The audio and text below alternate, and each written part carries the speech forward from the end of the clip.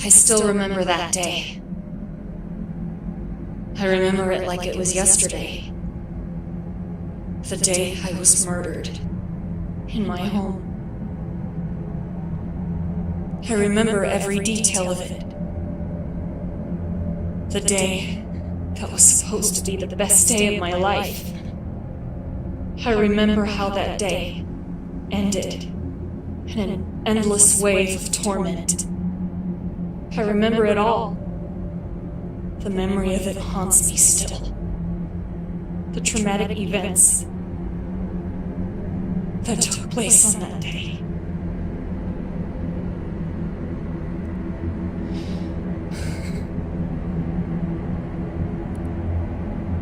It was an early afternoon, around 12:30 maybe, and I was getting ready for a day out with my girlfriends. Yes, it was my birthday. I was turning 21. I was so excited. So anyway, I was getting ready for my special day until I suddenly hear a knock at my front door. I ignored it at first because I wanted to finish putting my makeup on. But whoever was at the door kept on knocking and knocking.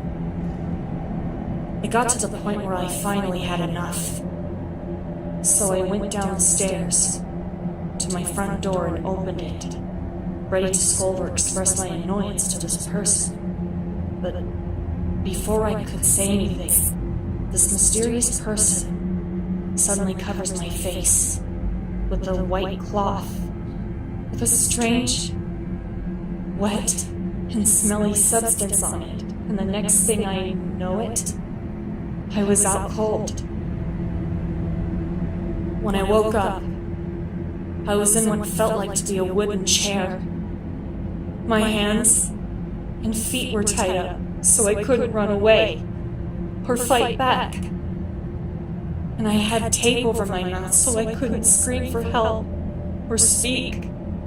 And I had another piece of tape over my eyes so all I could see was blackness. I struggled to try and break free from the ropes binding my hands and feet until I suddenly hear footsteps coming towards me. My fear grew as they started to get closer. Then the tape over my eyes was ripped off, tearing a couple of my eyelashes off with it. And in front of me was a man that looked to be in his late 30s with a knife in his hand. And he was wearing a creepy-looking mask over his face. My eyes widened, and I started to cry out of fear and dread. And I once again started to struggle desperately, trying to break the ropes, but to no avail. Then the man gets closer to me and crouches and grabs my leg and starts cutting into my skin, making deep gashes in my leg. I screamed out of agony as he was cutting me.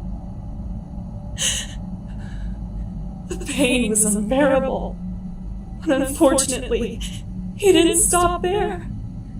After he stopped cutting my leg, he moved on to my other leg, and he did the exact same thing to that one. But the torture didn't end there. He did so many other horrible stuff to me.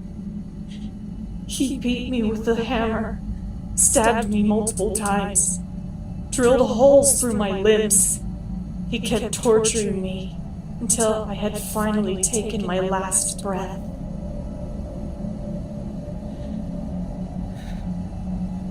It's been 40 years since all that happened. My body is long dead, but my soul still lives on inside the house that used to be my home. That day, I was murdered in my home by some low-life psychopath. My life was taken from me on the day of my 21st birthday. To this day, I keep roaming in this prison, asking myself the same questions over and over, like, will I ever get out? Will I ever find peace? Will my killer ever be apprehended? There's a chance I might never find the answers, but I still hope and wait for someone to help me rest in peace.